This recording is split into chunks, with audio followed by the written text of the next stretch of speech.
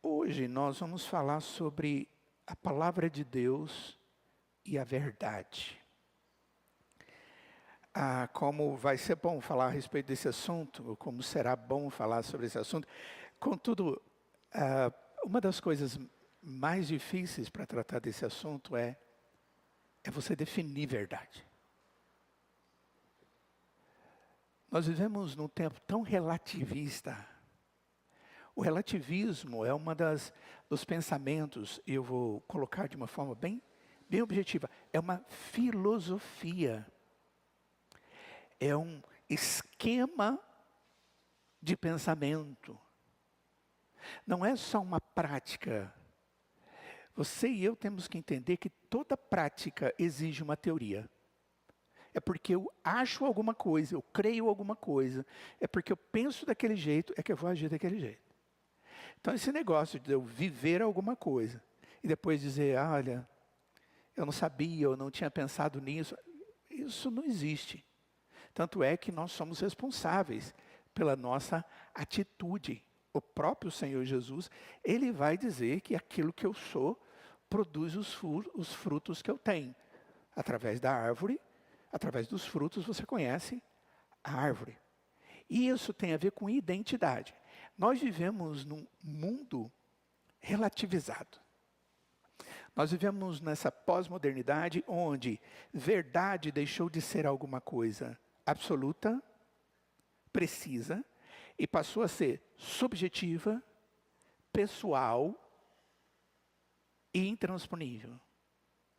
E eu, se tenho o entendimento de uma verdade que eu vou dizer e você não gosta, é melhor eu não dizer.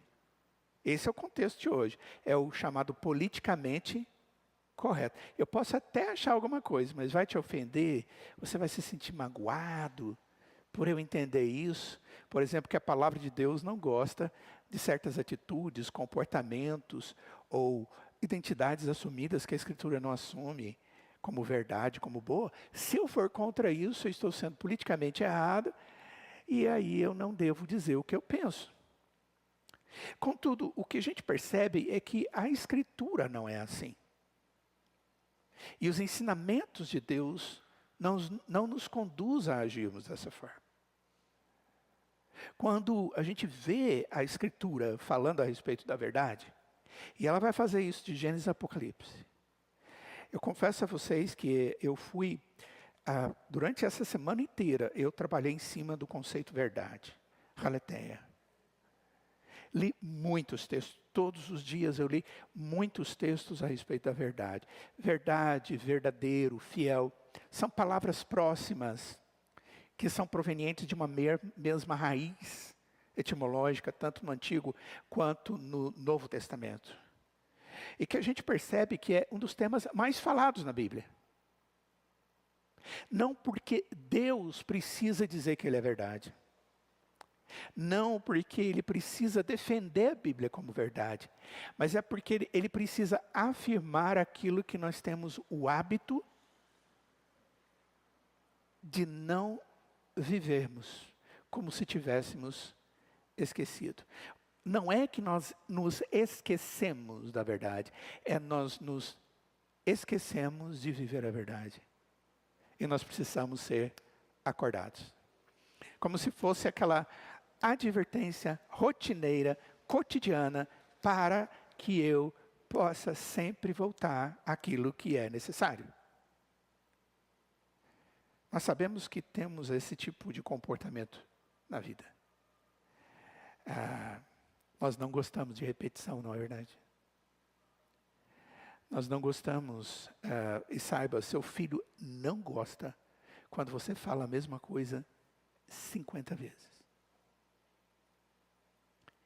Isso era coisa de adolescente, um tempo atrás. Agora é coisa de criança também. A senhora já disse. Adolescente, eu digo que ouve 3 vezes. Depois da terceira, ele não ouve mais. Ele fechou a caixinha.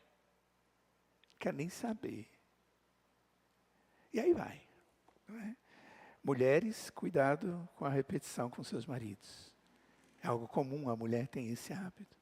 Não é?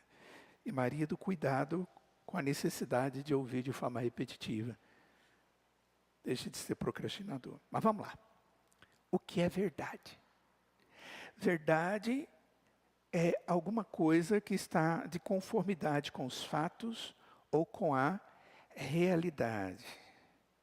Ou seja, a verdade, ela não pode contrariar algo real, visível, perceptível, alguma coisa que é factual. Essa é uma linguagem de dicionário. Essa é uma definição do dicionário. Só que quando você vai para a Escritura, ela diz que Deus é a verdade. Aí você diz, espera aí, é visível? É factual? De repente, nem tudo eu posso falar a respeito disso, mas eu posso falar que é experimentável, é vivenciável. Aquilo que está ligado a ele, como por exemplo, as proposições dele em toda a sua palavra, você pode testar e elas se cumprem. Ou seja, são coisas que precisariam estar dentro dessa definição e que normalmente dentro de um mundo cientificista não leva em consideração. Só que eu não estou falando para esse mundo. Agora, eu estou falando para a igreja. Depois a gente fala para o mundo. O que a filosofia defende como verdade? Existe uma variedade de pensamentos que apontam para os fatos, para a experiência, diz eles, para a crença. E isso é individual. Não encontramos uma definição, mas sim uma conclusão individual. Ou seja, no frigir dos ovos, eu li um artigo inteiro de um doutor, muito conhecido aqui, brasileiro, falando a respeito da verdade. Gente, o homem usa muito termo interessante, muita coisa difícil de entender. Eu tinha que ficar lendo as suas notas de rodapé para entender aquilo que ele estava dizendo com algumas terminologias. Mas no final, a verdade é individual. Não existe uma verdade coletiva, não existe uma verdade de ser superior, apesar dele não negar e não falar a respeito disso, só quando ele fala de Immanuel Kant, que diz que vive como se Deus existisse, mas não saber se Deus existe. Estranho isso, né? Então, consequentemente, eu não creio exatamente em Deus. Ou como um teólogo romano que diz que o livro de Gênesis é um livro que a gente tem que ler a partir da ótica da metáfora, de uma linguagem que não é necessariamente aquela que tem que ser literal, e, consequentemente, as questões da criação, da queda, da promessa da redenção através da mulher, tudo fica perdido. E aí o doutor Martin Lloyd Jones diz o seguinte: se eu nego qualquer coisa do livro de Gênesis, a Escritura como um todo perde a razão. Porque ela vai falar exatamente do Deus Criador, do Deus sustentador de todas as coisas, do homem que foi criado perfeito, à imagem e semelhança de Deus, que pecou e que necessita da redenção, e que ela só existe em Deus através de Cristo Jesus, que é aplicada a sua obra no nosso coração através do seu Espírito. É tudo isso que a Escritura diz de Gênesis e Apocalipse, mas baseado em Gênesis. Ou seja, quando eu aceito e quando admito a verdade, a partir de uma visão ótica, o que a Bíblia diz, as coisas são diferentes daquilo que a gente tem visto por aí. Então, o que a Bíblia diz? A Bíblia diz que a verdade é a palavra de Deus. E que ela foi revelada de maneira plena, ou seja, Deus foi revelado plenamente em Cristo Jesus. E nós, pois, podemos conhecer a palavra de Deus através da iluminação do Espírito Santo de Deus. Ou seja, se eu quero conhecer a Deus e eu quero conhecer a verdade, é a mesma coisa. Conhecer a Deus é conhecer a verdade. E para conhecer a Deus, que é a verdade e é a sua palavra, eu tenho que estar bem consciente e conhecedor do que a palavra traz. Observem a importância do conhecimento da palavra. Conhecer a Deus está intimamente ligado a conhecer a Cristo e conhecer a verdade de Deus. Uma coisa que nós precisamos compreender bem é que Deus tem qualidades, perfeições, essência. E uma das qualidades de Deus, ou perfeição divina, é a verdade. Ele é verdadeiro, ele é fidedigno. E mais do que isso, tem uma outra qualidade de Deus, que nós teologicamente chamamos de atributos, que é a sua imutabilidade. Ou seja, a realidade, a verdade, ela não muda. Ela não depende da opinião de pessoas, mas ela depende de Deus e daquilo que Ele define como verdade. Certo? Por quê? Porque a verdade está intimamente ligada a Deus, que não muda. Então, a verdade que está revelada na Escritura e que foi revelada por Deus, ela também não muda. Ela vai continuar sendo a verdade, mesmo quando alguém não acreditar nessa verdade. E isso não é incomum, gente. Eu já enfrentei isso várias vezes pastoralmente com pessoas que estão vivendo situações tão críticas a respeito de si mesmas, e até mesmo da sua infidelidade para com Deus, que começa a duvidar se Deus a salvou, se Deus é gracioso, se Deus é bom, se Deus é perdoador, e começa a colocar a Deus no mesmo nível da sua fragilidade. E essas pessoas precisam ser confrontadas com uma verdade só. Você acha que o fato de você crer que Deus não existe, ou que a graça de Deus é limitada, que o amor de Deus não é eterno, e que quando você creu, Ele te salvou, Ele vai deixar de fazer cada uma dessas coisas?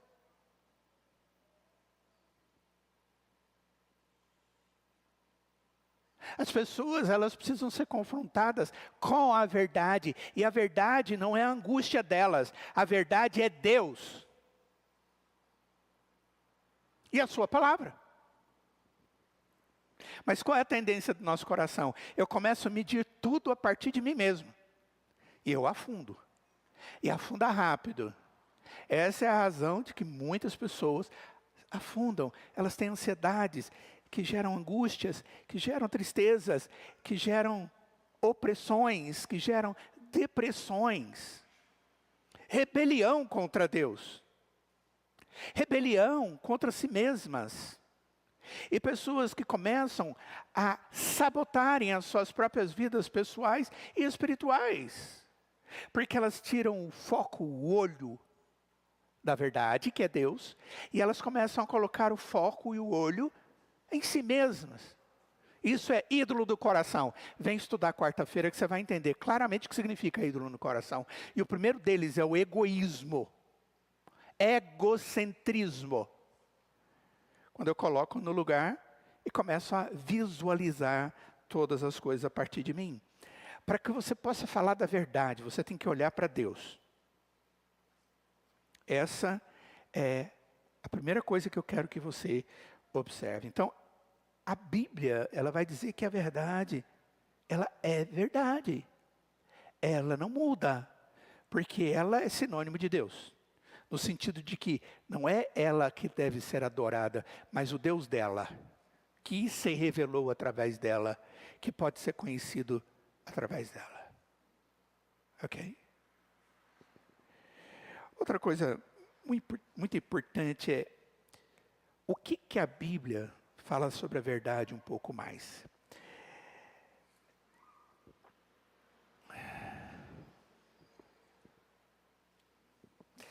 Ela diz que a verdade é a palavra de Deus, que ela foi revelada em Cristo e que ela é compreendida pelo Espírito. Qual é a fonte da verdade? Em que sentido é a fonte? No sentido de onde procede, de onde vem. Sem ela eu não conheceria. A primeira coisa é, lembre-se que a fonte da verdade é o próprio Deus.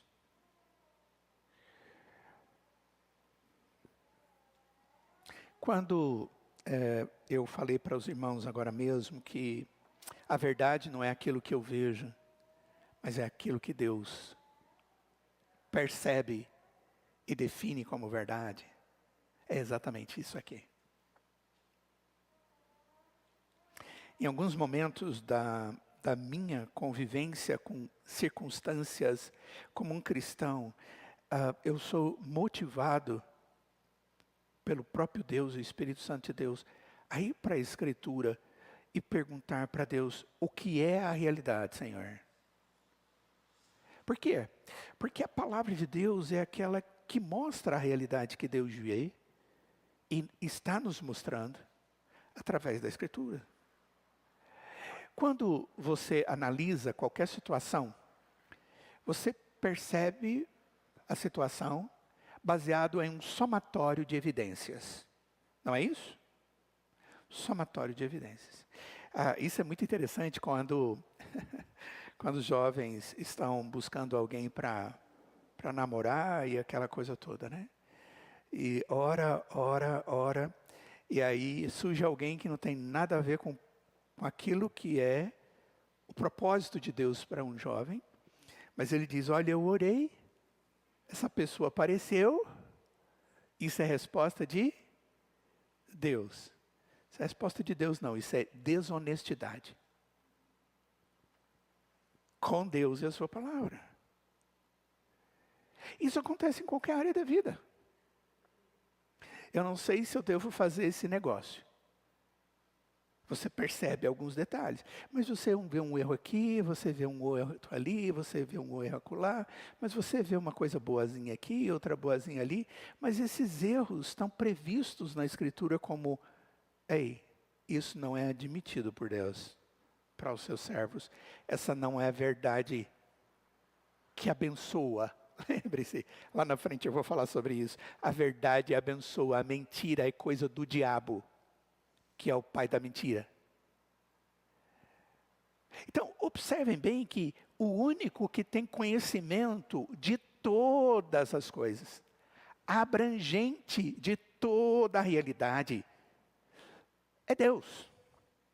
Ele visualiza tudo. E Ele mostra essas coisas para nós. E esse Deus que conhece a realidade em sua plenitude absoluta, é um Deus que também trará para nós uma verdade absoluta.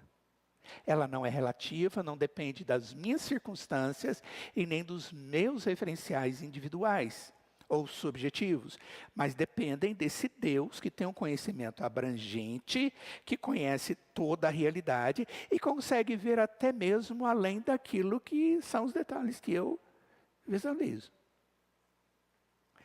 Você considera, por exemplo, que Deus vê as coisas futuras? A Bíblia diz que sim. Não é porque ele viaja no túnel do tempo divino, não. Na nave celestial do futuro. Não é isso não. Todas as coisas ele conhece porque a palavra de Deus diz que ele as determinou. É propósito dele. E nada foge a isso.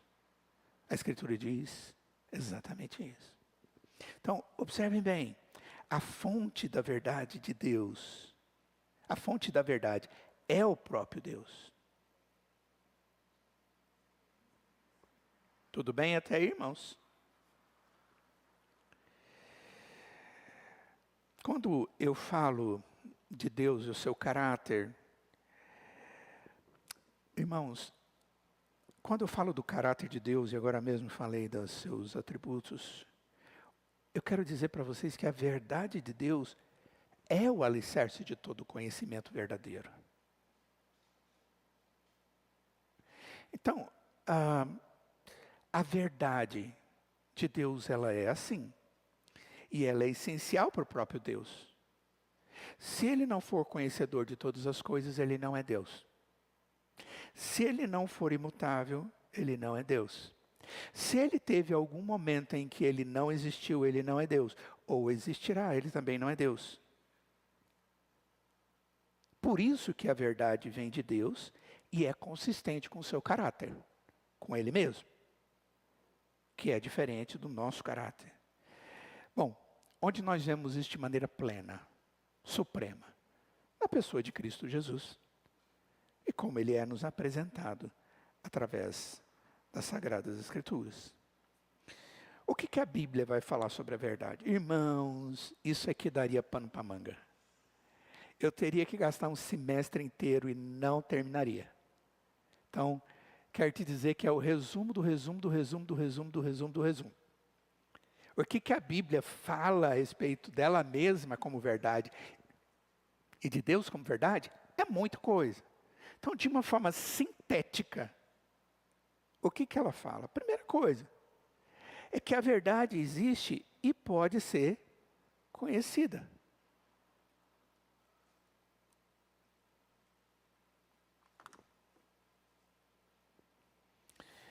Em que sentido? Olha só o que o Senhor Jesus disse aqui no capítulo 8 de João, verso 31 e verso 32. Disse, pois, Jesus aos judeus que haviam crido nele: se vós permanecerdes na minha palavra, sois verdadeiramente meus discípulos, e conhecereis a verdade, e a verdade vos libertará. É interessante que o Senhor Jesus, ele mistura as expressões palavra e verdade. Se vocês creem em mim, se vocês permanecem em minha palavra, vocês são meus discípulos. É isso que ele está dizendo. E depois ele diz, por quê? Porque quando eu conheço a verdade, que fala de mim, e que vocês creem, que está no verso de número 31, essa verdade vos liberta. Essa libertação aqui era algo que precisava ser dito aos judeus naquele momento, que estavam ali confabulando a respeito da verdade, a respeito da pessoa de Jesus, e ele se preocupou em mostrar para aqueles que creram nele. Observem bem, alguns judeus haviam crido em Jesus. Ele está dizendo, olha, é isso mesmo, vocês que creram estão certinhos. E agora vocês foram libertos. Libertos do quê? Da lei, do pecado, da pena do pecado, que é a morte. E agora vocês vivem em Cristo, por Cristo, para Cristo. Onde? Vocês vão fazer tudo isso? Na palavra, porque ela vos habilita a viver na verdade. Livres.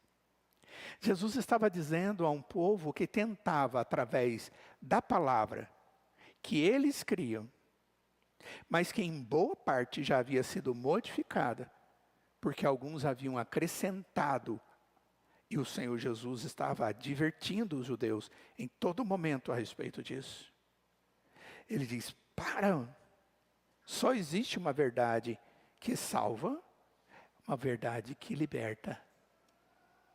E essa verdade, ele estava falando. Ele era a encarnação dela. E eles haviam crido em Cristo. É uma palavra pastoral e abençoadora. Sabe quando você está preso em aguilhão?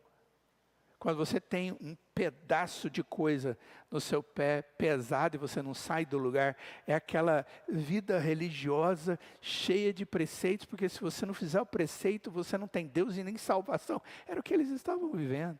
E chega Jesus e quebra tudo aquilo. E diz, agora vivam para mim, comigo, no meu poder, na minha graça, tendo a verdade que os libertou, para orientá-los, para vivê-los em alegria. É o que acontece conosco quando nos convertemos. É aquela sensação de que, uau, é gostosa demais. Outra coisa que a Escritura nos mostra é que a verdade está no próprio Deus. Olha só, o Salmo de número 119 diz: as tuas palavras são em tudo verdade, desde o princípio, e cada um dos teus justos juízos dura para sempre. As tuas palavras são em tudo verdade, em Deus. E segundo Samuel diz: tu mesmo és Deus, e as tuas palavras são verdade. É interessante que, se você ajunta esses dois textos, pensando na unidade do texto das Sagradas Escrituras, tanto as palavras é verdade, quanto o próprio Deus é verdade. Por que a palavra de Deus é verdade? Porque ela é proveniente do Deus que é verdade. Isso vai ser um ponto muito importante para nós agora mesmo. Por que nós cremos na verdade absoluta da Escritura? Não por causa das proposições contidas na Escritura, mas porque quem fez as proposições é verdadeiro. Eu creio por causa de Deus, antes de tudo. Por isso que a crença e a vida com Deus e a dependência a Deus é importante, irmãos. A partir do momento que você põe ali uma pitada de incredulidade, a coisa fica feia. Se você tiver a fé do tamanho de um grão de mostarda. Vocês já viram um grão de mostarda? Eu já vi. É um negócio pequenininho, pequenininho. Ele dá bem ali no meio, assim, de uma flor amarela. E ele é pequenininho mesmo. Você põe aqui no seu dedo, fica aquela coisica. Se a sua fé, a sua crença, ela é desse tamanhozinho, já deu. Mas observa, muitas vezes a incredulidade, ela tem a ver com não acreditar no Deus da fidelidade, da verdade, da sua palavra. Isso nos afeta. É uma hipérbole que o Senhor Jesus está usando, certo? Mas é uma realidade. A verdade está em Deus. O texto que nós lemos agora mesmo, sobre a verdade libertar, é o texto de Romanos capítulo 1, verso 16, que diz: pois não me envergonho do Evangelho, porque é o poder de Deus para a salvação. Olha, não existe outro poder para a salvação. É o Evangelho. E Evangelho na Escritura é sinônimo de palavra, da própria Bíblia.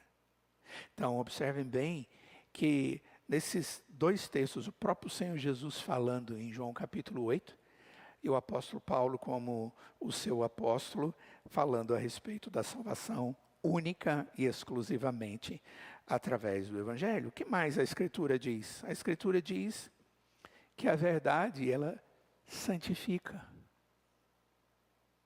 Nós vamos ver sobre santificação que a santificação ela é proveniente, é um dos temas que a gente tem para trabalhar. Nós somos santificados pelo Pai, pelo Filho e pelo Espírito, pelo Deus triuno. Nós somos santificados pela palavra. E a Bíblia vai dizer também que nós temos responsabilidade na santificação. Mas tudo depois que o próprio Deus triuno age e a sua palavra é colocada em prática pelo indivíduo. A minha prática ela é impossível sem a ação de Deus e sem a verdade de Deus. Pois é o que nos habilita. Então, quando eu digo que a verdade santifica, eu estou falando da verdade que é o próprio Deus, da verdade que Deus conhece e nos revela, e que tem a qualidade santificadora. Em que sentido? Ela me habilita a dar passos, a viver diariamente. Novamente, a visão prática da palavra de Deus e da necessidade do conhecimento diário e crescente da Escritura. Quando o Senhor Jesus faz a sua oração sacerdotal em João capítulo de número 17, Jesus intercede pelos seus discípulos. E ele diz: Pai, eu não quero que o Senhor os tire do mundo, mas eu quero que o Senhor guarde-os do mal. Santifica-os na verdade, a tua palavra é a verdade. Queridos, o que Deus nos dá para vivermos como crentes verdadeiros? A sua palavra. Aí você pode dizer, mas e o incrédulo? Querido, você solicitar de um incrédulo santificação é o mesmo que você pedir a um ser que tem uma essência para fazer aquilo que ele não pode fazer. Vou dar um exemplo de um milagre na Bíblia. Passageiro. Em Gênesis capítulo 3, uma serpente falou. Serpente fala. Tem corda vocal? Sabe respirar para fazer a corda vocal funcionar e sair voz dali? Não, né? Então ele tem essência, em natureza, qualidade para aquilo? Não. Então eu não posso chegar na cobra agora e dizer, fala cobra. Alguns literalistas, eles pegam tudo na Bíblia literal. Por que eles não pedem a cobra para falar? Porque a cobra não fala. Aquilo foi um milagre. Aquilo foi um ato que Deus permitiu. Aquilo foi um milagre no sentido negativo. Deus permitiu aquilo. Não aconteceu mais. Deus tem natureza, essência divina. Quando Ele nos salva, Ele trata a nossa natureza, que era caída, que passa a ser regenerada, transformada. E Ele nos escolheu antes da fundação do mundo e nos predestinou para sermos de conformidade com o seu Filho. Onde você encontra isso? Romanos capítulo 8. E aos que predestinou este, chamou, e os que chamou Ele, justificou, e aos que justificou Ele, glorificou, para sermos conforme o seu Filho. Quando Ele transforma, quando Ele trata a nossa natureza, a nossa essência, nós não deixamos de ser homens, mas deixamos de ser pecadores.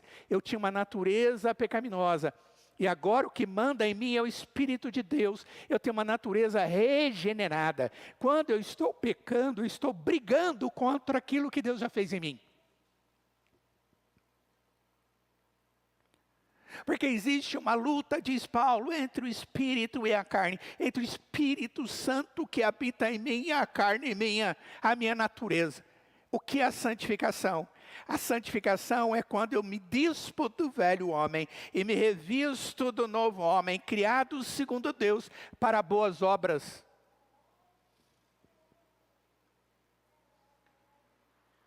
Efésios capítulo 4. A palavra de Deus, ela qualifica o cristão que teve a sua natureza transformada, para que ele possa viver segundo Deus. Então o crente que diz, eu não dou conta, eu não sei fazer isso, eu não sei como andar, e você chega para ele e diz, lê a Bíblia, filho. Submeta-se ao Deus que habita no seu coração, ao Espírito Santo que é Senhor da sua vida. Olha para a Escritura e seja fiel. Essa foi a linguagem de Paulo para os irmãos da Galácia. Ele não estava falando para incrédulo ali não, ele estava dizendo, ó, as obras da carne são. E faz aquela lista toda das obras da carne. E as obras e o fruto do Espírito é. E traz aquela lista linda. Ele estava falando para crentes, dando a ideia de que havia alguns crentes que estavam agindo ainda como obras da carne.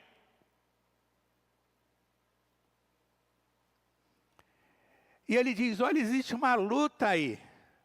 E você tem que estar submisso ao Espírito, que te conduz. O Espírito me conduz como? Através da palavra. O Senhor Jesus diz, santifica-os na verdade, a tua palavra é a verdade. Não é o irmãozinho espirituoso, espiritual, piedoso, de oração, que você vai lá orar, ele vai orar por você, e isso vai te libertar. Eu quero que você saiba que o que liberta é o Senhor, e Ele usa a palavra. Aquele irmão pode até orar pela sua vida, mas não é o irmão que te liberta. O irmão é poderoso, o irmão não. Deus é, e a palavra dele é. O irmão é piedoso? Beleza. Você pode fazer a mesma oração, do fundo do seu coração e da sua alma. Não transfira o que é de Deus para outrem.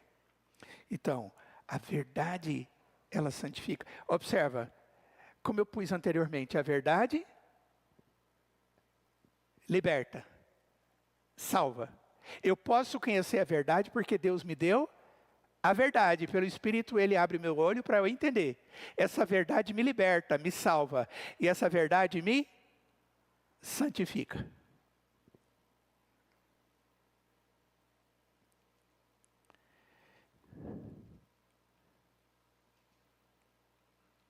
Esqueci de passar, né, os slides, me desculpem.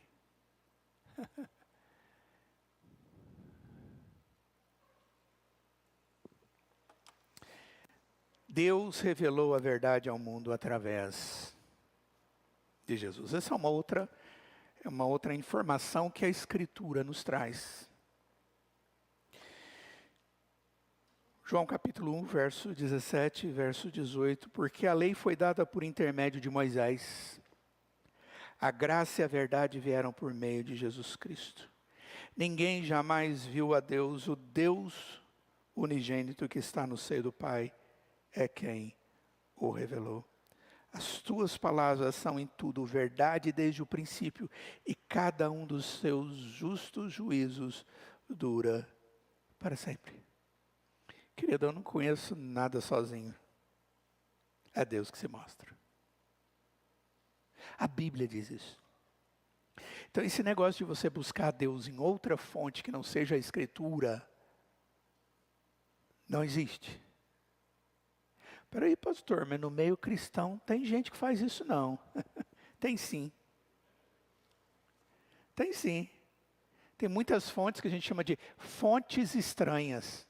O irmão já ouviu falar de alguma fonte estranha? Gente procurando Deus numa fonte que não é a Bíblia?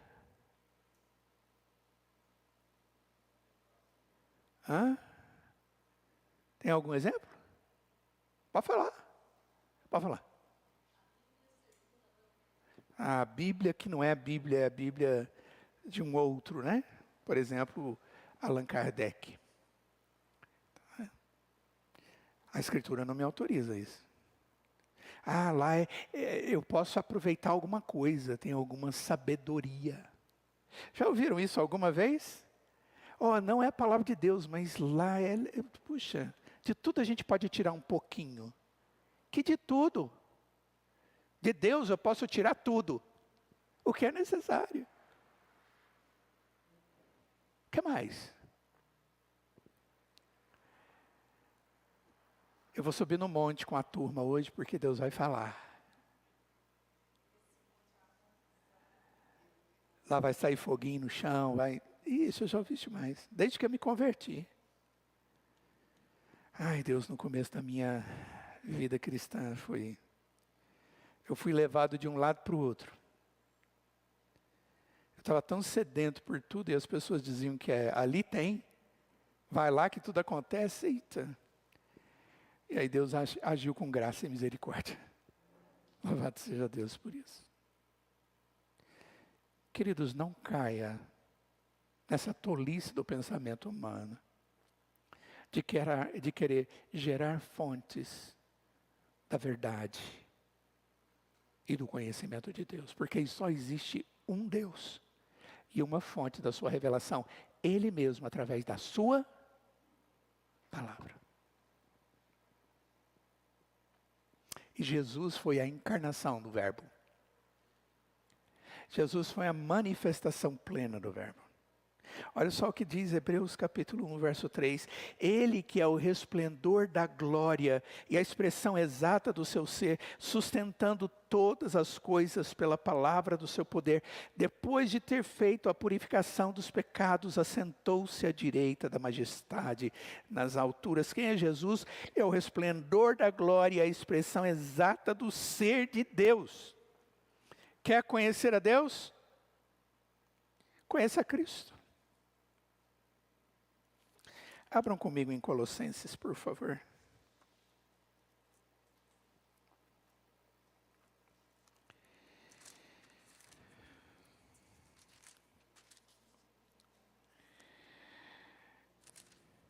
Paulo aqui, ele tem uma preocupação muito grande para ensinar a igreja a conhecer a Cristo de maneira correta, de maneira adequada.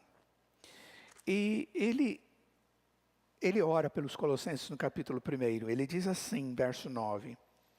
Por esta razão também nós, desde o dia em que ouvimos, não cessamos de orar por vós e de pedir que transbordeis de pleno conhecimento da sua vontade em toda sabedoria e entendimento espiritual.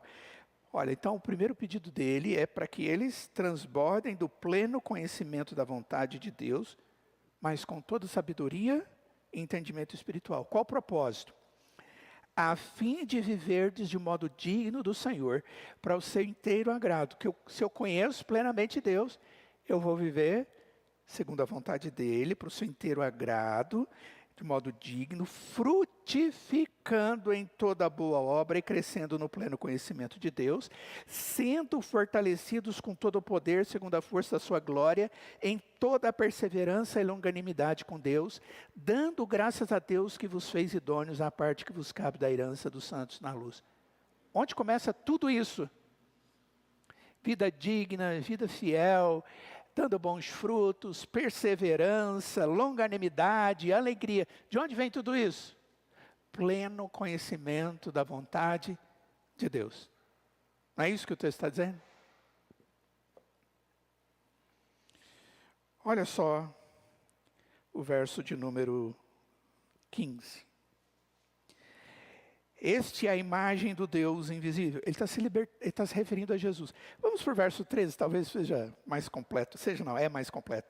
Ele nos libertou do império das trevas e nos transportou para o reino do Filho do seu amor. O que a gente tem no Filho do seu amor? Verso 14. No qual temos a redenção, a remissão dos pecados.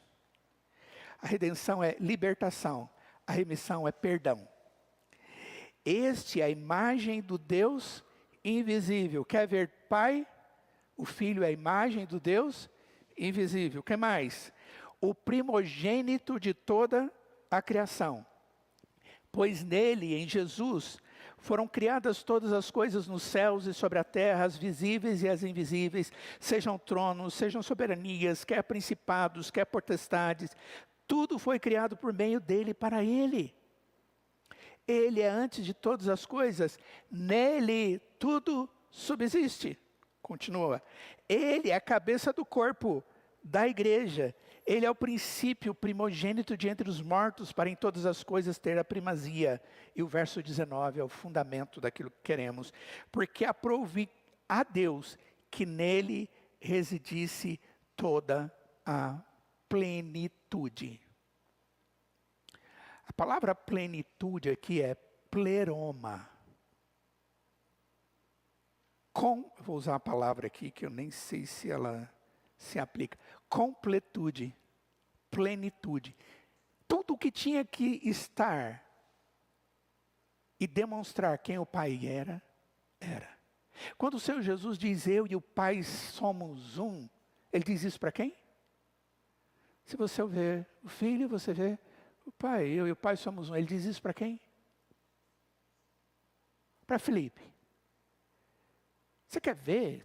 Tá aí, olha. É só olhar para mim que você vai ver o Pai. E aqui o texto está dizendo, Paulo, em Cristo está toda a plenitude de Deus e, consequentemente, da vontade de Deus. Então, Paulo começa orando para que a igreja conheça plenamente a vontade de Deus. assim conhecendo o próprio Deus.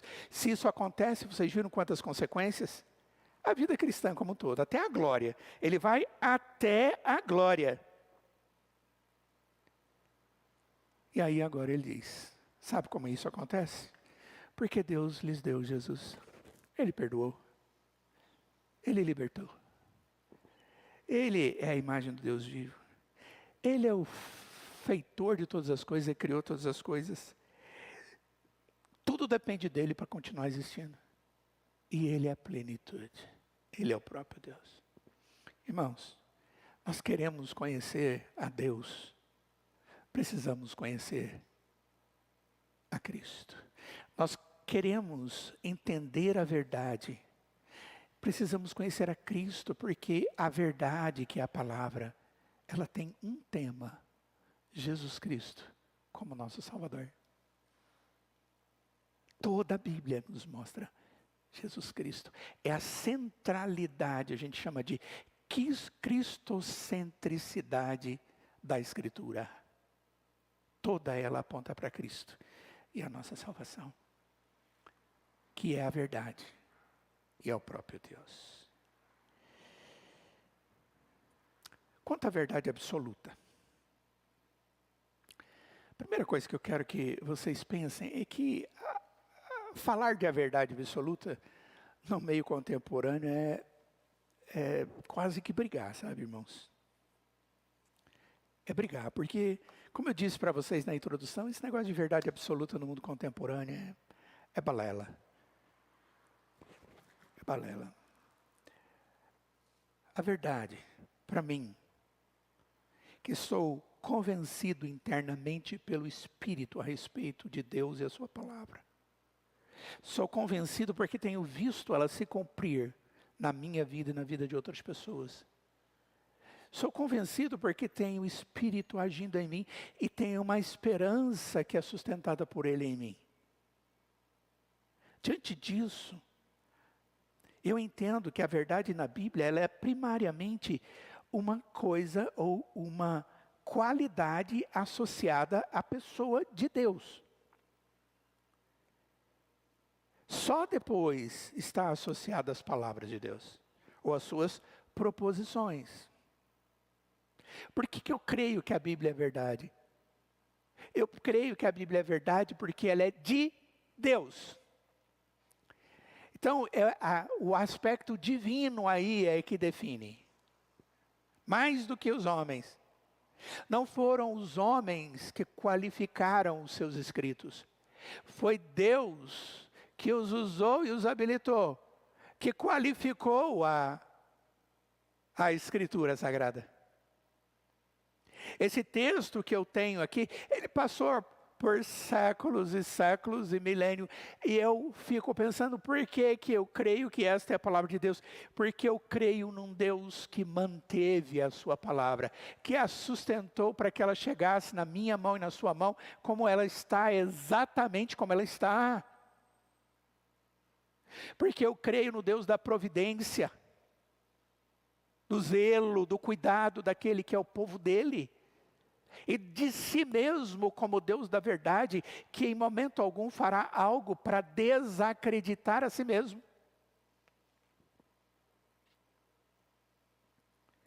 O que Deus é para mim? Deus para mim é a sua palavra por causa dele. É confiança. Estabilidade. É firmeza. É confiabilidade. É fidelidade. Ou seja, a qualidade de uma pessoa que é Deus, que é inteiramente consistente, sincero, realista, e a prova de engano é que me leva a crer na Escritura como uma verdade absoluta. Se eu não considerar isso, irmãos, não haverá essa crença. Por isso não é incomum você encontrar alguém que vai chegar para você e dizer, não é possível que você acredita que a Bíblia é isso aí. Foram homens, foi isso, e você explica para eles. Você espera que o Espírito de Deus te use, abra a Escritura e dá alguns textos da Escritura, ele diz, mas você falar que a Escritura fala dela mesma e tudo, mas que se o Espírito de Deus não testemunhar internamente no coração dessa pessoa, ela não vai entender isso. Se ela não tiver comunhão com Cristo através da Escritura, ela não vai ter isso. Se ela não tiver a ação regeneradora do Espírito no seu coração, ela não vai compreender isso. Porque essa língua, essa linguagem transformadora, ela é divina. Ela é espiritual. Ela não é humana. Se você entende a Cristo como seu Senhor, creu nele como seu Salvador, e crê que a palavra de Deus é a verdade, e o que Deus é que autoriza a sua palavra, todas estas coisas acontecem porque o Espírito de Deus está na sua vida, está lhe dando entendimento disso, e te abençoou de forma especial e salvadora.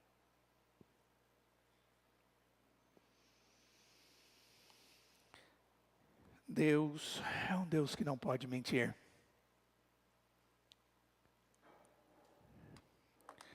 E essa é a razão pela qual as suas palavras, e não a nós, são verdadeiras e não podem ser outra coisa senão a verdade.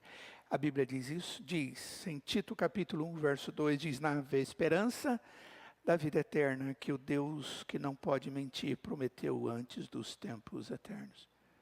Tem outros textos que falam isso, tem Números 23, 19, 1 Samuel 15, 29, Hebreus 6, 18. Depois você pode dar uma olhadinha em casa e você vai perceber isso. Outra coisa que eu quero dizer para vocês, queridos, sobre a verdade absoluta, e aqui é de maneira muito prática, os mandamentos de Deus são verdadeiros. O que são os mandamentos de Deus? A palavra de Deus está cheia de mandamentos. Tem os 10 mandamentos? Tem. Tem mais? Tem. Tem muitas orientações. Tem orientações práticas para a vida de marido e mulher, pais e filhos, obediência. Tem mandamentos a respeito da minha vida eclesiástica com Deus, na igreja, com os irmãos, no uso da graça de Deus e dons para abençoar outras pessoas. Existem mandamentos. Vários. E eu quero dizer uma coisa para você. Os mandamentos de Deus são verdadeiros. São reais. E devem ser obedecidos. Não estão ali simplesmente para você, de vez em quando, se sentir bem porque fez alguma coisa certa. Ou se sentir mal quando você, sabendo, fez alguma coisa errada. Os mandamentos estão ali para conhecermos a verdade de Deus, o Deus da verdade, e para sermos fiéis. Todos os teus mandamentos são verdade, diz o Salmo de número 119. Cuidado, irmãos, porque todas as vezes que a Bíblia proclama a fidelidade de Deus para conosco, ela faz isso de forma bastante superlativa, bem grande. E isso deve nos levar de uma forma assim, feliz, alegre, e às vezes até conduzidos de maneira que não estávamos esperando, tão dispostos a sermos fiéis a Deus. Pois quem faz a promessa é fiel. Segunda coisa que eu quero dizer aos irmãos é que as promessas de Deus são verdadeiras porque Deus as cumpre. Deus não só exige de nós, como Ele promete que vai nos abençoar. Mas Ele também promete que vai ter juízo contra nós. Você pega o livro de Deuteronômio, o livro de Deuteronômio talvez seja um dos livros mais claros para isso. O texto diz, olha, se houver obediência vai ter isso, e vem lá as bênçãos de Deus. Se tiver desobediência vai ter isso. Tudo juízo de Deus. Não é que Deus mudou. Quem muda é o homem. Porque o princípio dele, as promessas dele continuam. Como você vai agir? Quem está mudando é você. Porque Deus já disse, eu estou pronto para abençoar o meu povo, mas eu estou pronto para disciplinar. E Deus fez isso na história o tempo todo. E faz isso na história, na sua vida e na minha vida. É por isso que a gente pede misericórdia de Deus, que Deus nos leve de novo à sua presença. E como Ele faz, nós temos essa disposição. E como Deus nos ensina que é assim que tem que ser, através da sua palavra. A verdade absoluta que não muda. Então esse negócio de você ficar se convencendo de que você está fazendo errado, mas Deus vai continuar sem agir com juízo sobre a sua vida, cuidado, porque a verdade de Deus é absoluta. Inclusive quanto às suas promessas de juízo, disciplina diante da desobediência. Então, não brinquem com Deus. Não brinquem com os mandamentos de Deus. Não brinquem com as promessas de Deus. Por quê? É porque Deus é fiel. A ideia que a gente tem de fidelidade sempre é uma coisa boa, né? Que a gente acha boa. Mas Deus acha bom a disciplina. Porque Hebreus diz, porque o pai bom, ele disciplina o seu filho para trazê-lo de volta. Isso é fidelidade do Senhor. Sabe por que Deus faz isso, irmãos? Porque esse Deus é um Deus que guarda a sua aliança, o seu pacto. Ele nunca falha com aqueles que confiam em suas promessas e que creram nele e entregaram sua vida. E Deus vai trazer de volta se você é dele. Pode acontecer de diversas maneiras isso. E ai daquele que continuar distante daquele que é o seu Senhor. Abraão, ele foi um homem que provou da fidelidade de Deus, esperando por um quarto de século, pelo nascimento do seu herdeiro prometido. 25 anos ele esperou. Mas quando Deus cumpriu a promessa dele para Abraão, ele estava abençoando milhões de pessoas que seriam seus herdeiros, dos quais nós fazemos parte.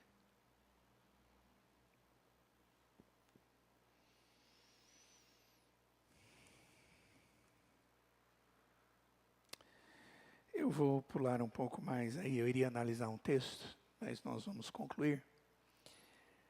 Depois, se você quiser dar uma olhada, eu posso semana que vem trabalhar esse texto. É o texto de Colossenses capítulo 1, do verso 3 ao verso 6. Depois o verso 23 e o verso 27. Seria uma análise textual aí, mas eu vou para a conclusão com os irmãos.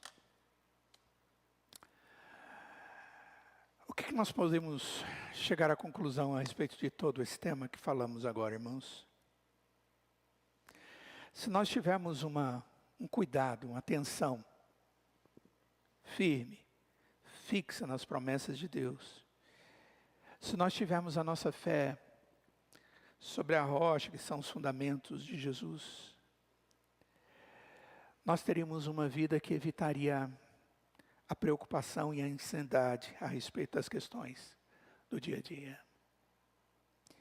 Creio eu que boa parte das ansiedades, angústias, dores da alma, depressões, doenças emocionais, muitas delas poderiam ser tratadas, ou até mesmo não existirem, se nós tivéssemos um pouco mais de firmeza no que Deus ensina.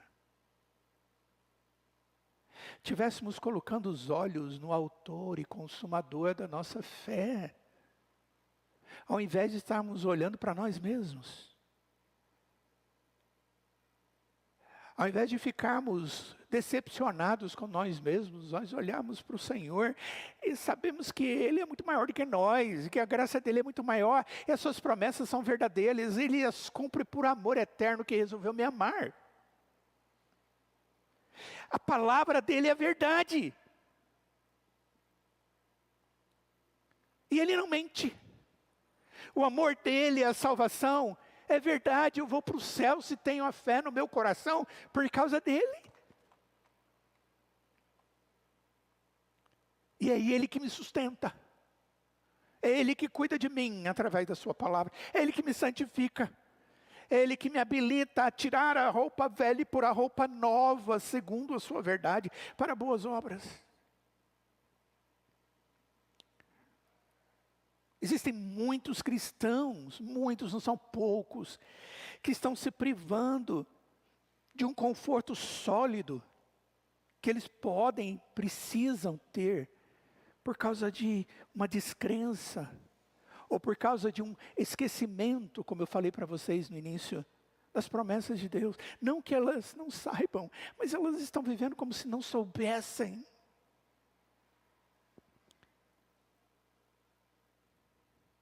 Um conhecimento aprofundado das promessas de Deus seria uma grande vantagem para nós na oração. Porque nos levaria a orarmos com verdadeira esperança. Caso contrário, para que orar?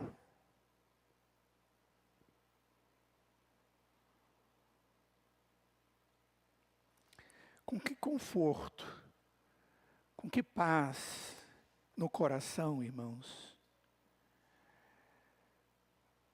você tem se dirigido a Deus em Cristo Jesus? Quando você faz repetidas orações na presença do Senhor.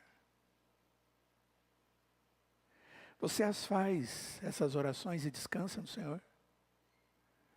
Ou você continua achando que tem que continuar do mesmo jeito no seu coração?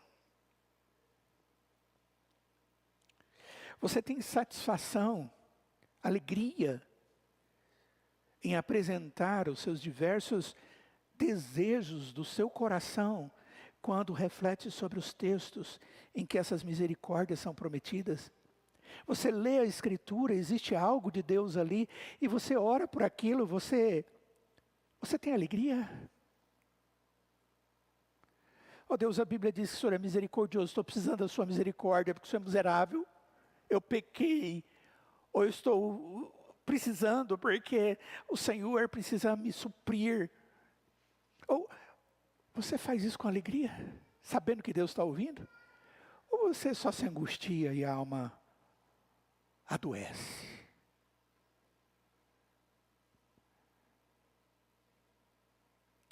Sabe, queridos, nós quando cremos em Deus, e que a sua palavra é a verdade, é com muito fervor, com força de fé, que nós precisamos estar na presença de Deus.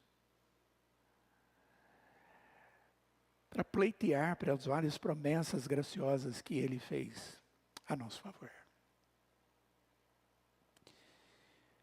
É exatamente isso que faz diferença entre um crédulo e um incrédulo. E que traz paz diante da luta da vida, que tanto o crédulo quanto o incrédulo tem que viver. Nós cremos em Deus. Ele nos salvou porque Ele se revelou a nós. Ele nos deu a fé. Ele nos santifica. Ele nos deu Jesus Cristo. Ele nos deu os seus mandamentos e as suas promessas.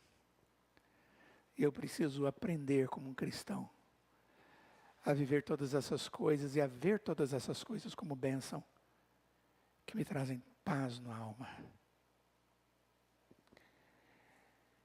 Esse é o aspecto prático, irmãos, do entendimento. E essa é a relação prática entre a palavra de Deus, Deus e a verdade. E eu espero que Deus nos ensine e nos habilite a viver isso. Que estas palavras sejam para edificação e para o nosso crescimento e para a glória de Deus. Vamos ficar de pé e vamos orar.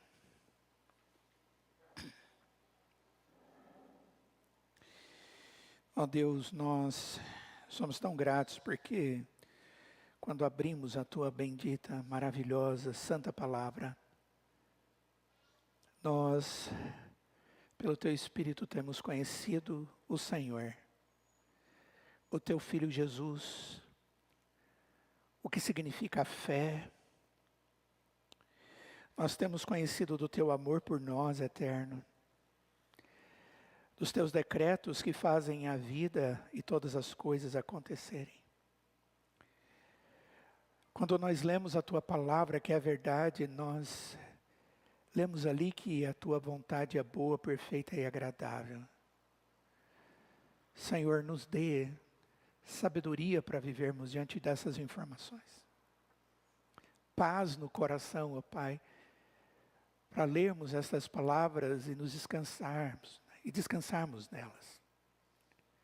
Lermos a tua palavra e confiarmos no Senhor, de tal forma que a nossa vida seja suprida por ti mesmo e pela comunhão contigo e a tua verdade. Ó Deus, certamente nós temos dificuldades com isso. E é provável que alguns dos irmãos que estão aqui vivem momentos duros, difíceis. Às vezes de ausência de alegria, quando estão na tua presença, e que deveriam estar jubilosos, porque existem promessas do Senhor. Deveriam estar confiantes nas suas orações diante da tua misericórdia, das verdades do Senhor. Mas não estão. Ó Deus, trate o coração desses irmãos. Levante os olhos deles para o Senhor. E permita que eles contemplem ao Senhor como o Senhor é. Verdadeiro Deus único e verdadeiro. Cheio de glória, mas que se preocupa e vem até nós para nos abençoar. Abra os olhos da alma desses irmãos, para que eles vejam a tua palavra, como ela verdadeiramente é. Acalma os teus servos e abençoa-os. Faça essa obra na vida de cada um de nós, ó Pai. Te pedimos isto em nome de Jesus. E imploramos que a graça do Senhor Jesus, que o amor de Deus, o Pai, que a comunhão e as santas consolações e bênção do Senhor, através da sua palavra e do teu Espírito, do Senhor e do teu Filho, esteja sobre as nossas vidas hoje e para todos sempre. Amém.